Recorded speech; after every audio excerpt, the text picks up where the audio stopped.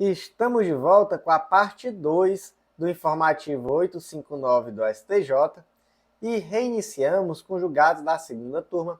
Primeiro foi inserido no Código de Processo Civil o destaque da seguinte forma: a mera intenção, ou mesmo o início das obras de restauração de bem tombado, não caracteriza por si só a perda de interesse processual, uma vez que o cumprimento integral da obrigação judicial é necessário para a extinção do processo por perda do objeto.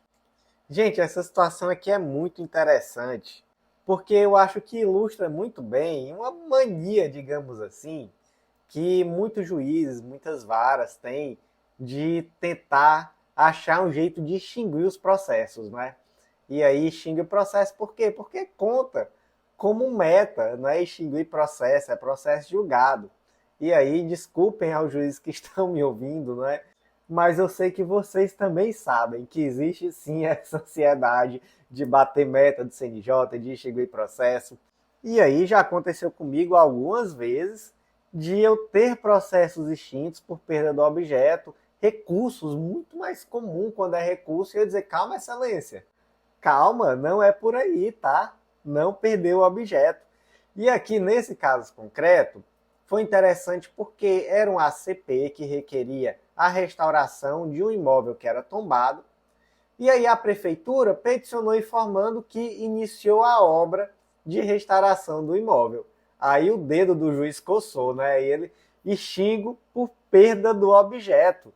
Não há mais interesse de agir, porque já iniciou a obra de restauração. Aí a parte autora diz, moço, calma, você já teve obra em casa, você sabe como é que funciona a obra? Obra a gente começa e às vezes termina, tá? Então, começar a obra não significa que esse imóvel foi restaurado. Começar a obra é o começo, tá? Então, olha só. Quando é que não vai mais ter interesse processual? É quando houver o cumprimento integral da obrigação. Até o cumprimento integral da obrigação, o processo permanece tendo um motivo de existir, né? Continua existindo um interesse processual. E no caso concreto, ainda se entendeu que se estava diante de litígio de natureza estrutural. E o que raios é isso, professor? Gente, é um litígio que é complexo, é policêntrico, e ele reclama direção judicial cooperativa. Então aqui, o normal não é que venham decisões taxativas, e sim decisões que tragam parâmetros a serem observados, tá? Então, por exemplo, uma ação civil pública que trata sobre fornecimento de medicamentos e diz assim, olha, está faltando dipirona no posto de saúde. A decisão judicial aqui não é para ser assim, ó. Condene-se o município a comprar 50 caixas de dipirona. Não, não é para ser assim. Aqui a decisão é para trazer muito mais diretrizes, não é? É para dizer, condene-se o município a tomar atitudes para regularizar o fornecimento de medicamentos essenciais. Para tanto, o município deve elaborar um relatório, deve elaborar um plano de ação, e esse plano de ação ele deve ser trazido ao Poder Judiciário para verificação se ele é idôneo e acompanhamento desse plano de ação. Então seria, entendeu? Seria algo estrutural, tá? É algo muito mais amplo, é algo que visa resolver o problema propriamente dito. E aqui nessa ação que trata sobre uma restauração de bem tombado, se entendeu que também estava presente essa característica. E, inclusive, algumas medidas estruturantes aqui foram sugeridas. Então, por exemplo, um comitê de condução e monitoramento com participação da sociedade civil e órgãos técnicos, também um cronograma com possível suspensão temporária de multas condicionada a marcos de execução, também relatórios periódicos e audiência pública às vésperas da conclusão, para verificar a aferição de objetivos da sentença. Então veja que é algo muito diferente daquilo que foi pedido pelo município, que simplesmente disse assim, olha, já realizamos a licitação e Já fizemos, inclusive, o escoramento e a limpeza para iniciar propriamente a obra. Então, extingo aí o processo por perda do objeto? Não, moço.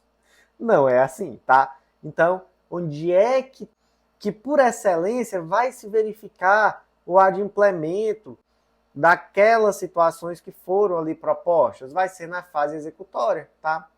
Então, muito cuidado, beleza? Muito cuidado com esse dedinho coçando para bater meta, para arquivar processo. Não é por aí às vezes. Então, como é que ficou o destaque? A mera intenção, ou mesmo o início das obras de reestruturação de bem tombado, não caracteriza por si só a perda de interesse processual, uma vez que o cumprimento integral da obrigação judicial é necessário para a extinção do processo por perda do objeto. Seguindo em frente, próximo julgado foi inserido no Código Tributário Nacional destaque da seguinte forma: a redução da base de cálculo do ICMS prevista no convênio ICMS 52 de 91 não se aplica às operações com bens de uso doméstico por não se destinarem a atividades relacionadas à indústria ou ao campo. Então, gente, vamos lá, vamos aprender a pensar aqui dentro do problema. Mesmo que você não saiba o que é esse convênio, do que ele trata, você já pode verificar pelo enunciado que trata de uma situação de benefício fiscal, não é isso? Como é que a gente interpreta benefício fiscal?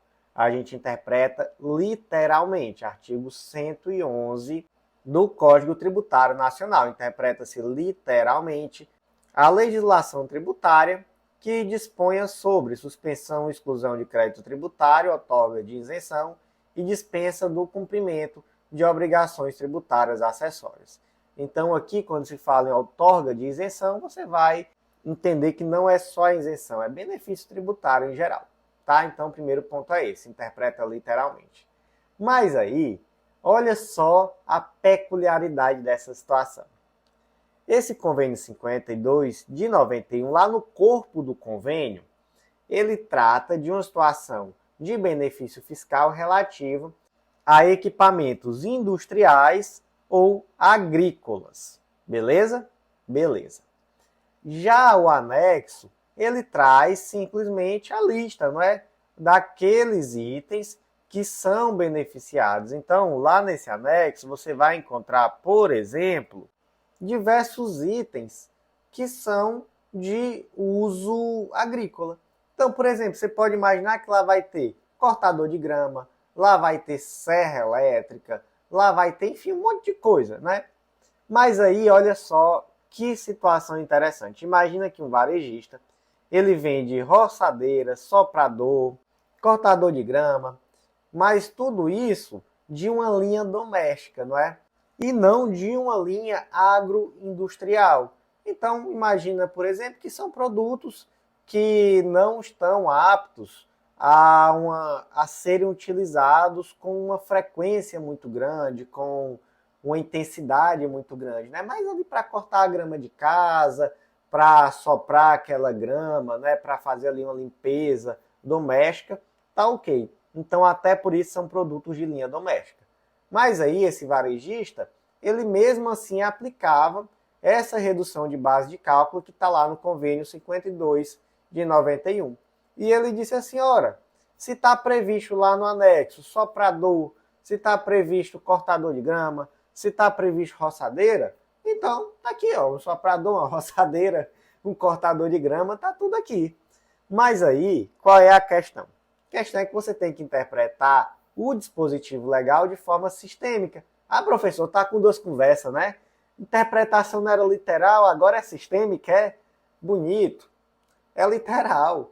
Mas também é sistêmica. Uma coisa não tira a outra, não elimina a outra. Porque você vai interpretar o dispositivo legal como um todo. O dispositivo legal, ele diz assim, ó, no corpo dele. Esse benefício fiscal é relativo a produtos industriais e agrícolas. Aí vem um anexo com produtos em geral. O que é que você vai ler? Você vai ler que quando aquele produto for voltado para o setor industrial ou agrícola, ele vai ter o benefício fiscal. Entendeu? Então, é literal. Tanto é literal que aquele produto agrícola vai ter uma redução de base de cálculo do ICMS. Mas você concorda que se você ler isoladamente só o anexo, você pode chegar a uma conclusão diferente? Sim, não é? Então, muito cuidado, tá? É uma interpretação literal, mas você tem que interpretar o dispositivo legal como um todo, né? Então, é uma interpretação sistêmica do dispositivo legal e também teleológica, né? Finalística. Qual é a finalidade aqui? A finalidade é tornar o setor industrial e o setor agrícola mais competitivos. Tanto é que você traz um benefício fiscal para esses setores e não para a dona de casa que quer ali cortar a grama. Né? Então, é uma interpretação também finalística. Interessante, né? Mas, então, como é que ficou aqui o destaque? A redução da base de cálculo do ICMS prevista no convênio ICMS 52 de 91 não se aplica às operações de bens de uso doméstico por não se destinarem a atividades relacionadas à indústria ou ao campo. Seguindo em frente, próximo julgado já é da terceira turma do STJ, foi inserido no Código Civil destaque da seguinte forma: é possível a manutenção do pagamento de pensão alimentícia por prazo indeterminado, na hipótese em que o ex-marido, mesmo exonerado, pagou voluntariamente por continuar realizando o pagamento de alimentos por 2 décadas, em razão da configuração dos institutos da suprécio para o alimentante, que deixou de exercer seu direito de cessar os pagamentos, e da surrectio para a alimentada, diante da expectativa de que o direito de exoneração dos alimentos não mais será reivindicado pelo ex-cônjuge. Então, gente, nós temos aqui 2 institutos muito importantes no direito civil, que é a suprécio e a surrectio. Gente, isso aqui é como se fosse uma moeda, tá? Que tem 2 faces. Então, você nunca vai ver uma moeda que tenha só cara ou só coroa, tá? Então, se teve suprécio, é porque teve surrectio. O que é a suprécio? É quando você perde um direito em virtude do não exercício prolongado desse direito. E o que é a surrectio? É o surgimento desse direito a um terceiro em virtude do não exercício prolongado desse direito por você. Então você percebe que, por uma questão até mesmo de boa-fé, de estabilidade das expectativas, quando você passa muito tempo fazendo uma coisa do mesmo jeito, apesar de que você teria o direito de fazer de outro jeito, aquela pessoa que está sendo atingida pela sua ação acaba tendo uma expectativa razoável de que isso vai continuar sendo feito assim. Quer um exemplo? Imagina que o seu barriga é dono de uma vila e lá no contrato de locação dos imóveis dessa vila está escrito que é o inquilino que tem a obrigação de ir até o locador pagar o aluguel. Como é o nome desse tipo de obrigação, gente? É obrigação portável, não é? É o devedor que tem que ir até o credor pagar. Acontece que o seu barriga é coesível, né? Eu sempre uso essa frase para decorar o que é uma obrigação portável e o que é uma obrigação coesível. Ou seja, o seu barriga é quem vai tradicionalmente até a vila cobrar esse aluguel. E, gente, faz no mínimo 14 meses que o seu barriga está indo até a vila cobrar o aluguel. Nunca ninguém foi lá na casa do seu barriga pagar. Tenho provas, está gravado, pode ligar aí no SBT que você vai ver que é assim que funciona. E aí, imagina que depois de anos e anos, o seu barriga indo até a vila cobrar o aluguel, um belo dia ele não foi, e no mês seguinte ele quis cobrar o aluguel com juros, dizendo, olha, ninguém foi lá me pagar. Aí a dona Florinda diz, mas seu barriga você não veio cobrar. E ele diz, mas no contrato está dizendo que é você que tem que ir na minha casa pagar. Aí a dona Florinda diz, não. Mas acontece que em virtude da sua inércia prolongada de exercer o seu direito, de exigir que eu fosse até a sua casa cobrar, você acabou perdendo esse direito em virtude do Instituto da Suprécio. Por outro lado, essa sua inércia teve um efeito também sobre a minha esfera jurídica, pelo Instituto da Surrectio. Então, eu também passei a ter uma expectativa de que você continuaria vindo me cobrar. Entendeu, gente? Como é interessante? Então, se tem suprécio, é porque tem surrectio. Se você está perdendo o direito, é porque outra pessoa está ganhando também um direito decorrente dessa sua inércia prolongada, beleza? Gente, o julgado faz uma diferenciação entre o Instituto da Suprécio e da Surrectio do venire contra facto próprio. O que é o venire contra facto próprio? É a proibição do comportamento contraditório que frustra confiança legitimamente criada por uma conduta anterior. Então perceba que são duas coisas que podem ser até parecidas, mas que são, no final das contas, diferentes e que têm efeitos diferentes. Então, quando eu falo em venire contra facto próprio, eu falo que eu agi de uma forma, eu dei a entender que, em virtude dessa ação, eu iria fazer as coisas de um jeito e eu fiz de outro jeito. Aqui o melhor exemplo é processual, é aquela pessoa que cria uma nulidade para depois arguir, né? E aí é o venire contra facto próprio, né? Eu criei a nulidade e aí depois eu vou tentar arguir essa nulidade em meu próprio benefício. Aí não, né, moço? Então, olha só que julgado rico. A gente tratou de vários institutos e só nome esquisito, né? Para que sempre em latim? Então, a gente tratou de surrécio, suprécio, venire contra factum próprio, obrigação coexível e obrigação portável. Quem diria, né? E como foi o caso concreto aqui do julgado, professor? Que tu tá conversando aí, não chega logo no julgado em si. Gente, o caso concreto foi assim, ó. O seu Zé e a dona Maria eram casados, resolveram se separar e posteriormente se divorciar. Isso é coisa antiga, né? Ainda existia aí separação judicial depois do divórcio. E aí na separação judicial ficou certo que ele pagaria durante 1 ano uma pensão. Quando chegou na época de converter para o divórcio, aí eles tentaram realizar uma alteração nessa cláusula para dizer que agora o pagamento ia ser por prazo indeterminado.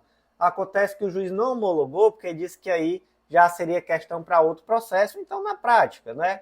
Na prática mesmo, como não foi proposto esse outro processo, o autor ele já teria direito de se exonerar do pagamento, né? A não ser que, de fato, eles tomassem a medida processual que era cabível para que ele continuasse pagando. Ele fez isso? Não. Ele passou ainda 20 anos pagando normalmente a pensão como se nada tivesse acontecido. Quando foi um belo dia, ele disse, olha, agora eu vou parar de pagar. Aí a dona Maria disse, moço, não faço não, sou idosa, eu tenho aqui um problema grave de saúde, não tenho mais condições de me reenquadrar no mercado de trabalho na idade que eu estou. Além disso, eu saí do mercado de trabalho por causa de você, porque a gente se mudou de estado e eu parei de trabalhar e passei a ser só dona de casa. Então, você passou 20 anos pagando. Eu sei que você poderia ter se exonerado, mas essa sua missão de se exonerar acabou criando em mim uma legítima expectativa de que você não ia parar de pagar esses alimentos enquanto eu fosse viva. Gente, o que aconteceu aí? Suprécio e surrécio, né? Então, realmente, em virtude dessa omissão prolongada, ele vai ter que continuar pagando agora por um período indefinido. Então, como é que ficou o destaque? É possível a manutenção do pagamento de pensão alimentícia por prazo indeterminado, na hipótese que o ex-marido, mesmo exonerado, optou voluntariamente por continuar realizando o pagamento dos alimentos por 2 décadas, em razão da configuração dos institutos da Suprécio para o alimentante, que deixou de exercer seu direito de cessar os pagamentos, e da Surrectio para a alimentanda, diante da expectativa de que o direito de exoneração dos alimentos não seria mais reivindicado pelo ex-cônjuge. Seguindo em frente, julgados da 4ª turma do STJ, o primeiro foi inserido no Código Civil, destaque da seguinte forma: para que se configure o dever de indenizar por danos morais em razão do rompimento da barragem do Córrego do Feijão em Brumadinho, Minas, a pessoa que se sentiu afetada pelo acidente ocorrido deve comprovar concretamente ter havido ofensa em caráter individual aos seus direitos da personalidade, mediante demonstração de abalo psíquico, perturbação emocional relevante ou sofrimento pessoal grave. Não sendo suficiente a mera alegação de transtornos genéricos devido ao aumento do percurso de trabalho como motorista profissional e à precariedade das vias de acesso durante cerca de 2 meses. Gente, esse julgado ele é interessante e ele merece um cuidado porque a ratio aqui está em diferenciar o que é um dano moral individual do que é um dano moral coletivo. E os fundamentos, não é, para esse dano moral individual ou coletivo. Porque quando a gente conversa sobre o dano moral coletivo, aí não é necessário verificar esses sentimentos, essas coisas relacionadas ao ser humano. Então você não vai olhar se causou dor, sofrimento, tristeza. Não é? Tudo isso não está relacionado ao dano moral coletivo. Agora, quando a gente fala em dano moral individual, aí você vai ver de fato atributos da personalidade humana. Você vai ver se causou uma tristeza profunda, se isso causou uma perturbação emocional, abalo psíquico, enfim, não é? Então é muito diferente. E o segundo ponto é o de que verificar a existência de um dano moral coletivo não significa que automaticamente todas as pessoas que moram naquela região em que foi reconhecido esse dano moral coletivo também vão ter direito a dano moral individual, até porque os pressupostos são diferentes, não é isso? Então, gente, olha só. No caso concreto, o indivíduo propôs a ação dizendo assim, ó, eu sou morador de Brumadinho, e aí depois dessa tragédia do rompimento da barragem, eu acabei tendo uma dificuldade muito grande de chegar no meu local de trabalho todo dia. Eu tinha que fazer uma baldeação lá pela ponte de Melo Franco. Isso acabava fazendo com que eu demorasse muito a chegar no trabalho. Antes, 15 minutinhos eu estava lá. Agora eu estava demorando mais de 1 hora. As vias de acesso estavam precárias.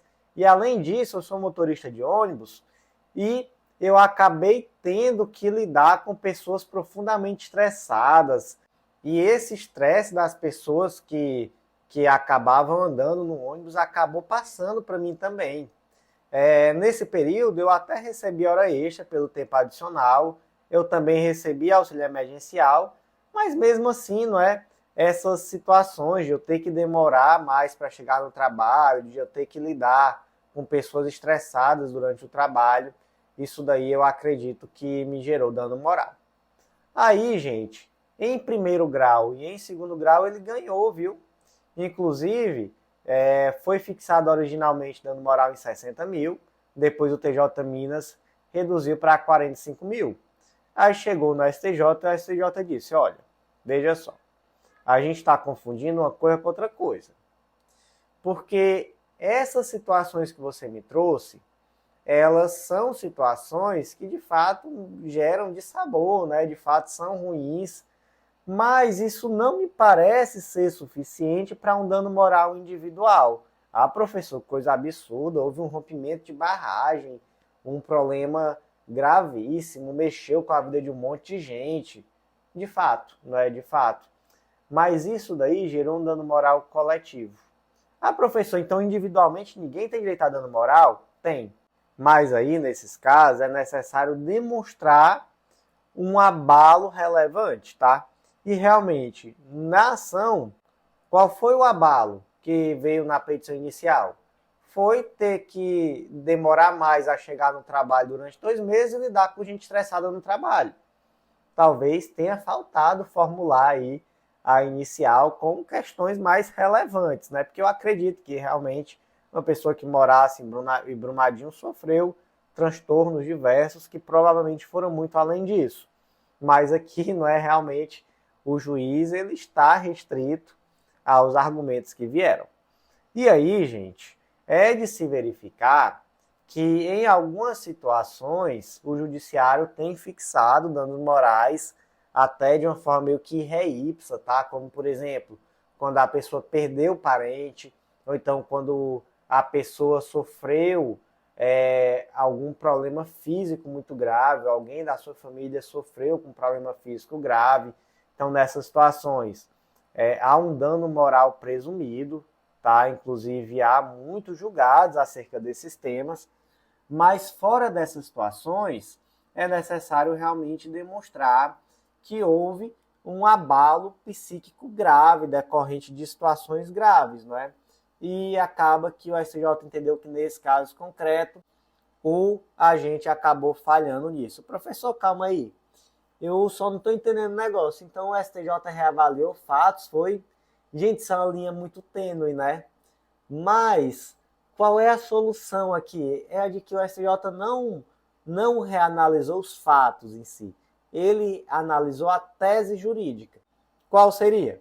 A de que os pressupostos do dano moral coletivo são diferentes do dano moral individual. Que quando se fala em dano moral individual, não basta apresentar meros transtornos, né? Seria necessário, de fato, demonstrar transtornos graves que geram abalo relevante.